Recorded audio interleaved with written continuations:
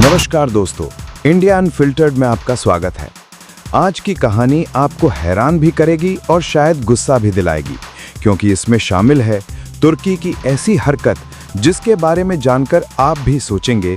पाकिस्तान और चीन बाद में देखेंगे, पहले तुर्की की खबर लेनी जरूरी है। दरअसल ये पूरा मामला शुरू हुआ था लगभग 4 साल पहले, जब भारत ने अमेरिका से अपाचे अटैक हेलीकॉप्टर्स खरीदने का फैसला किया था। दुनिया की हर सेना इसे ग्राउंड इन्वेजन के लिए सबसे भरोसेमंद हथियार मानती है। ये वही हेलीकॉप्टर है जिसके दम पर अमेरिका ने कई युद्धों में निर्णायक बढ़त हासिल की और सद्दाम हुसैन की सत्ता को भी सिर्फ 100 घंटे में हिलाकर रख दिया था।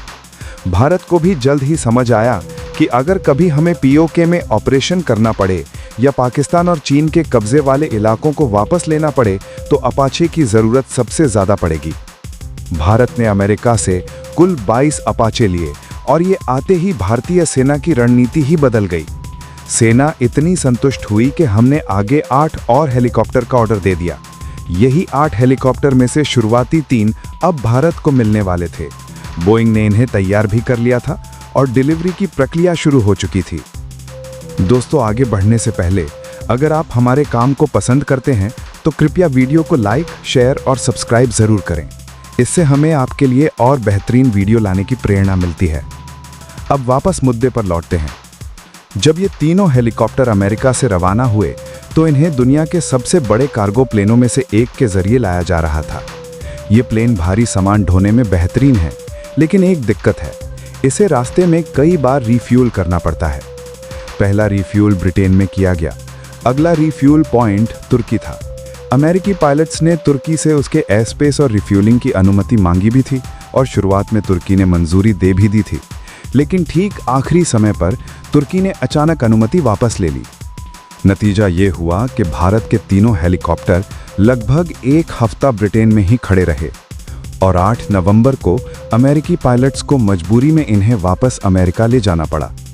सोर्सेस का कहना है कि तुर्की ने ये कदम पाकिस्तान के दबाव में उठाया है, क्योंकि दिल्ली ब्लास्ट को लेकर भारत पाकिस्तान में तनाव बढ़ा हुआ है।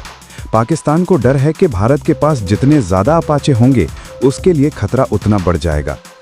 अपाचे कोई सामान्य मशीन नहीं है। ये ना वीआईपी मूवमेंट के लिए है, ना फोटो खिंचवाने के लिए, ना ही सिर्फ बॉर्डर पर उड़ने के लिए। ये सिर्फ और सिर्फ ग्राउंड इन्वेजन के लिए बनाया गया है और पायलट व को पायलट के अलावा इसमें तीसरा व्यक्ति बैठ भी नहीं सकता। मतलब जब अपाचे बढ़ते हैं, समझ लीजिए भारत किसी बड़े मिशन की तैयारी कर रहा है, खासकर पीओके की तरफ। बोइंग ने आधिकारिक तौर पर कहा है कि उन्हें लॉजिस्टिक्स में दिक्कत आई है और वे अमेरिकी सरकार व भारतीय सेना के साथ मिलकर एक सेफ रूट तैयार कर रहे हैं ताकि ये हेलीकॉप्टर बिना रुकावट भारत पहुंच सकें। लेकिन अब डिलीवरी में कम से कम 1 से 2 महीने और संभव है 2.5 से 3 महीने की देरी हो जाएगी। और इसकी सबसे बड़ी वजह है तुर्की की राजनीति। तुर्की का ये पहला विवाद नहीं है।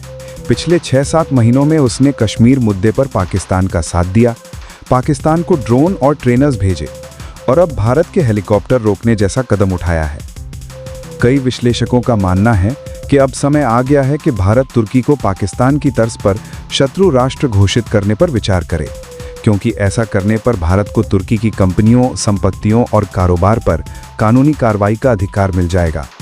दोस्तों, तुर्की की इस चाल के बारे में आप क्या सोचते हैं? क्या भारत को अब तुर्की के खिलाफ सख्त कदम उठाना चाहिए? अपनी राय कमेंट में ज़रूर बताएं। वीडियो पसंद आए तो चैनल इंडिया अनफिल्टर्ड को सब्सक्राइब करना ना भूलें। धन्यवाद। मिलते हैं अगले वीडियो में।